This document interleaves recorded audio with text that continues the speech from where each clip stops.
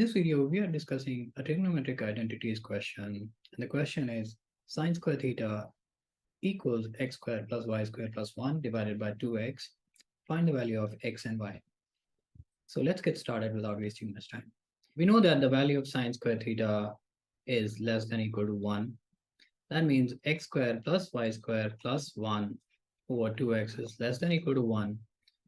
And if you multiply both sides by 2x, we'll get x squared plus y squared plus 1 less than or equal to 2x, or x squared minus 2x plus 1 plus y squared less than or equal to 0.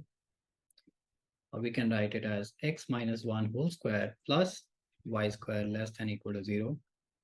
Now this expression is sum of two non-negative terms, which is set as less than or equal to 0. But sum of two non-negative terms cannot be less than 0.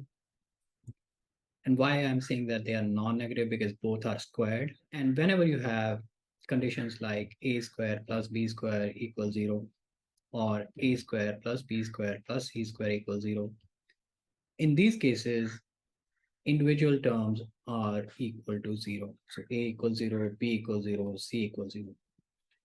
Similarly, if you use this method here, we'll get x minus 1 equals 0 and y equals 0. That means x will be equal to 1 and y will be equal to 0. I hope you'll find this video helpful, and I'll see you in the next one.